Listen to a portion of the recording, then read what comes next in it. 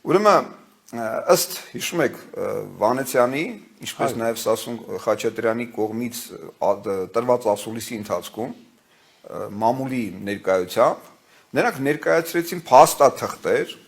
փաստաթղթեր, իդեպ ոչ թե պատճենները փաստաթղթերի, այլ օրիգինալները,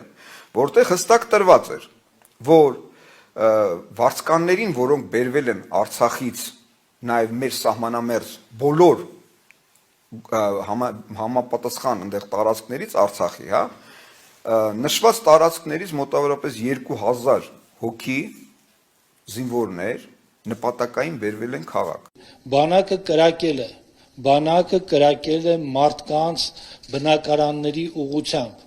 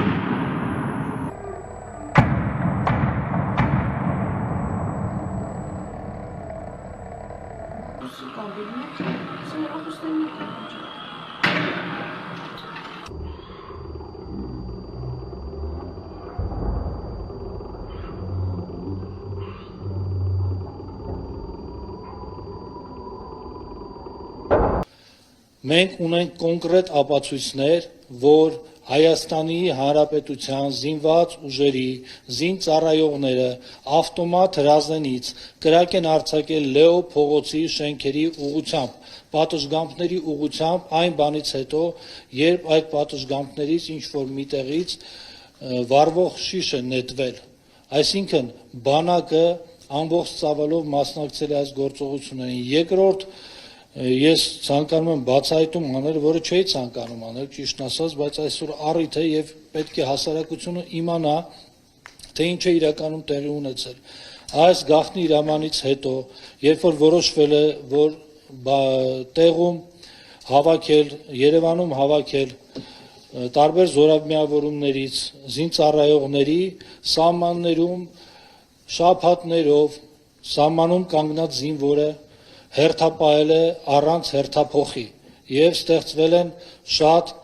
վտանգավոր իրավիճակներ եւ արդյունքում գիտեք նաեւ եղել է դիվերսիա։ Սա նույնպես ապացուցված է քրեական գործի նյութերով։ Այո, ազդել է բանակի մարտունակության վրա, իսկ ամենախայտառակ բանը, որը արել են բանակի հետ, դա նախկին պաշտոնյաների կողմից մեր բանակի զինվորներին վարձկաններ սարքելն է։ Արդեն իսկ քրեական գործով հիմնավորվել է եւ ես հիմա այդ փաստը ապացուցող փաստաթղթեր կներկայացնեմ, ընդ որում բնօրինակներ, որ օլիգարխների կողմից այդ ընթացքում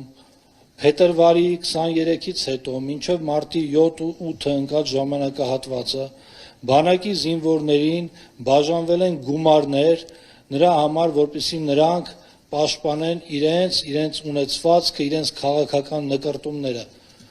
Պարոն Շուրյան։ Ուրեմն այս մատյանը արգրավել է հատուկ քննչական ծառայության քննիչի կողմից, որտեղ հատ նշված են այն զինծառայողները եւ գումարների չափերը, որոնք տրվել են այդ զինծառայողներին, դրանց դիմաց արկային այդ զինծառայողների, նրանց հրամանատարների ստորագրությունները, այդ գումարները հանվել են օլիգարխների, պետական բարձր պաշտոն զբաղեցնող անձանց հաշիվներից։ Կոնկրետ անձանց հաշիվները կհրապարակենք հետագայում, այս պահին ես չգիտեմ ոնց են սրա բացատրությունը տալու մեր երկրի նախկին ղեկավարները, ինչպես են նրանք այս բանակի զինվորներին դարձրել վարձկաններ եւ հանել ժողովրդի դեմ։ Այո։ Հետագայում նշեմ, որ փախնեն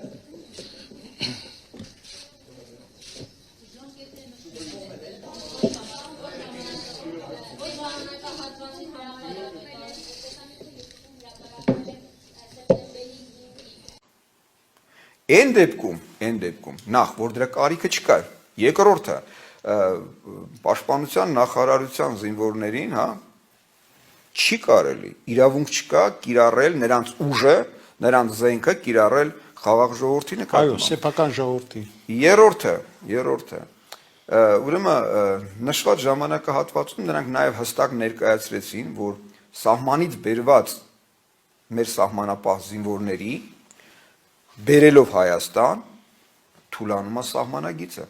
այսինքն այն դիրքերը, որոնք պաշտպանում են մեր երեխաները, մեր զինապարտները, մեր զինվորականները եւ այլն։ Ուստի թուլացնելով սահմանը, նախորոք պայմանավորվելով Ադրբեջանի, Թուրքիայի, Ռուսաստանի ՖՍԲ-ի, Իսրայելի Մոսադի, Եվրոմիության, Եվրոխորհրդի, ՑՌՈ-ի հետ համատեղ, ես ասեցի, կիսատ մնաց, ուրեմն քանի որ դրված էր տարածքների հանձնման խնդիր, որը փոխանցվեց նաև Սերժիկին, հա, ապա պետք էր դրվագ պատերազմի իրավիճակ ստեղծել, որի հիման վրա պատասխանատվությունը, պարտավորությունը ստանձնած Սերժիկ Քոչարյանի, Լևոն Տեր-Պետրոսյանի կողմից տարածքները հանձնելու չդիտվի որպես պետական դավաճանություն։ Պատերազմի միջոցով, այսինքն պետական դավաճանի խարանը վերացնում են իրանց վրայից։ Այսինքն ծրագրված պատերազմ։ Այո,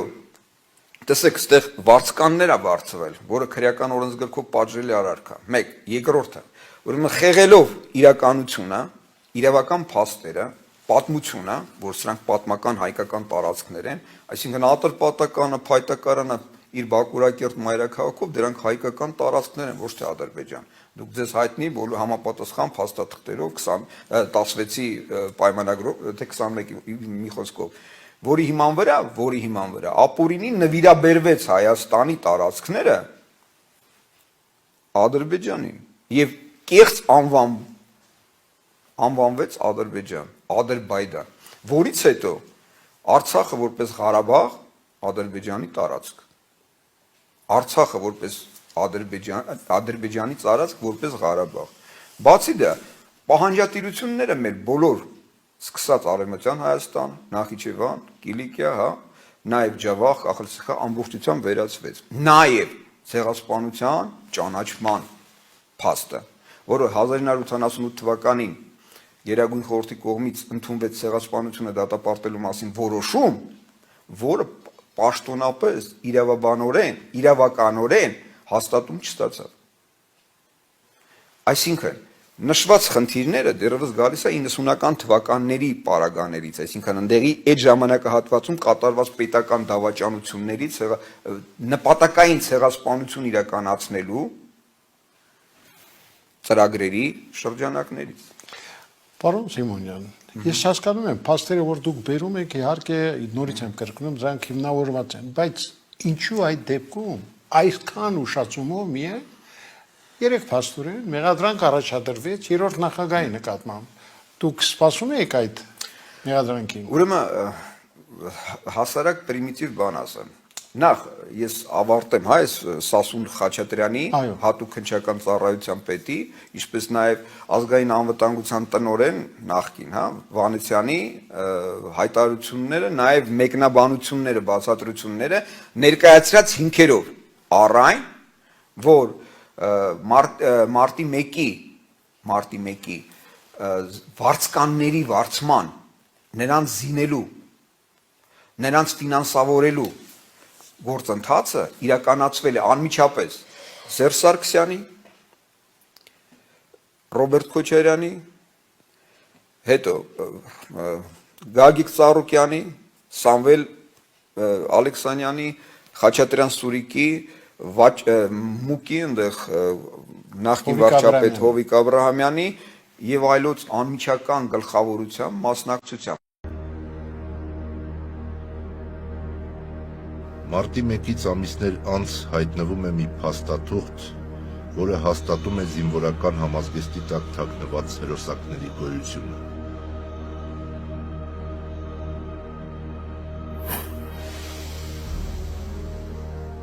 Հերոսակներին հավաքագրել էին Սերժ Սարգսյանի թիկնազորի պետ Վաչիկ Ղազարյանը, փոխվարչապետ Հովիկ Աբրահամյանը, օլիգարխներ Գագիկ Ծառուկյանը եւ Սամվել Ալեքսանյանը, Պատգամավորներ Լևոն Սարգսյանը եւ Առաքել Մովսիսյանը, Սյունիքի մարզպետ Սուրիկ Խաչատրյանը, Կենտրոնի թաղապետ Գագիկ Բեգլարյանը եւ Էրեբունու թաղապետ Մհեր Սետրակյանը։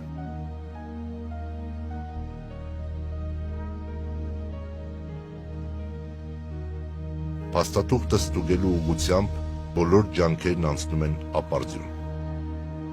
Ոչ ոք չի հերքում։ Ոչ ոք չի ասում, խնդրեմ, ստուգեք։ Պարզապես փակում են դռները։ Իսկ Սերժ Սարգսյանը որոշում է, որ այլևս կարիք չկա փոր փրելու մարտի 1-ը։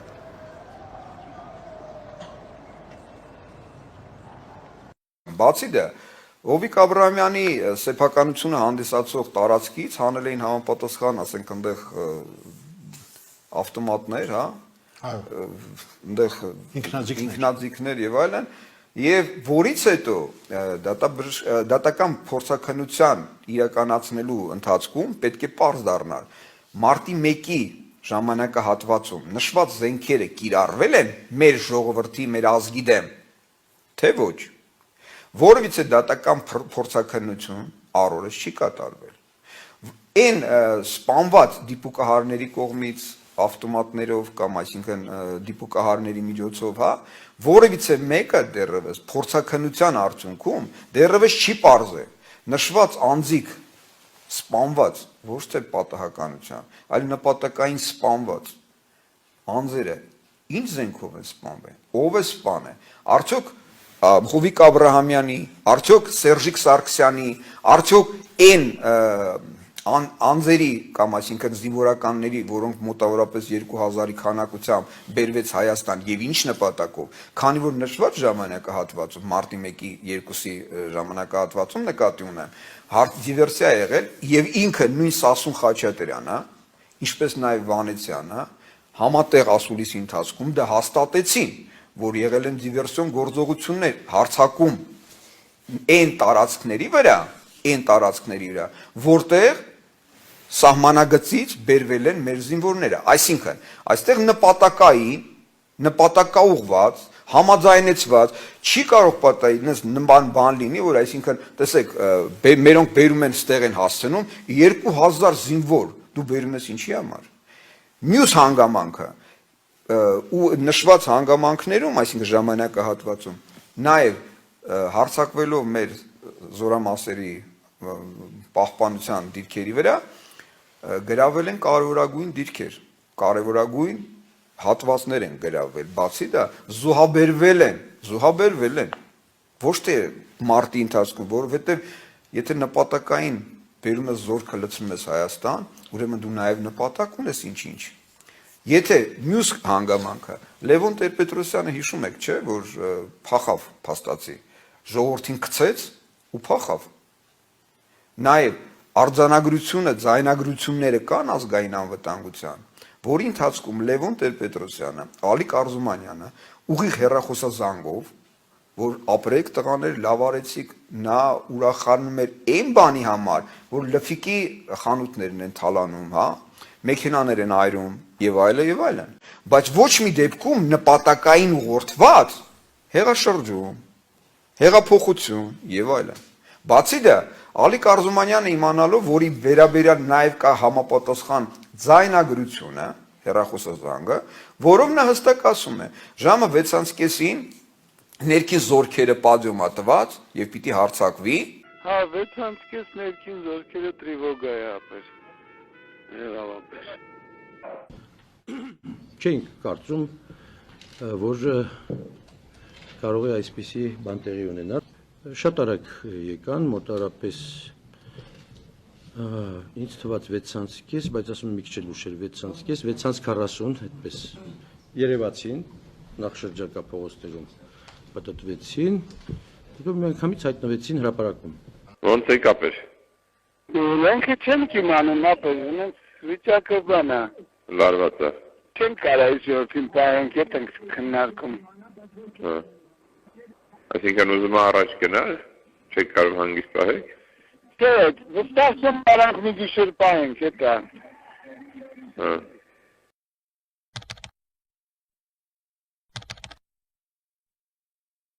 Ալիկ, ապան նախատա։ Դուք ըտեղն է։ Ամիշ նորմալ է։ Դա լավ է։ Դուք ըտել ինչ ասում եք, դուք ըտում է։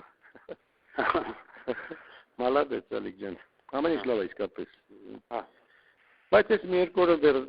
շատ ներևած եք, հետո տեսնենք։ Դու լավ ես շեֆ ջան։ Ես արա, ես հիմա 3 կարդոնով իմ անվտանգությունը ամբողջ պետությունը ապահովում է։ Ամենամոտիկ իմ տան մոտ։ Էսա, ուրիշ ձև չկա։ Նորմալ է, նորմալ։ Ես նստեղ պատկանտրոլում դուք չանան Молодец, Ալիկ ջան, давай։ Давай, привет։ Սակայն նա չի զգուշացնում ժողովրդին, ազգին, որոնք նպատակային հավաքվել էին իրենց իսկ կազմակերպմամբ, նաև Նիկոլ Փաշինյանին։ Այսինքն, ես ինչ նկատի ունեմ, որ այս մարտի 1-ը ծրագրված էր ոչ թե իրականում հեղափոխություն իրականացնելու, այլ նպատակային քաղաքացիական պատերազմ հրահարելու, որի շրջանակներում պետք է դիրքերը հանձնվեր, տարածքները պետք է տրվեին եւ դա դիտարկվեր որպես ահաբեկչական գործողություններ։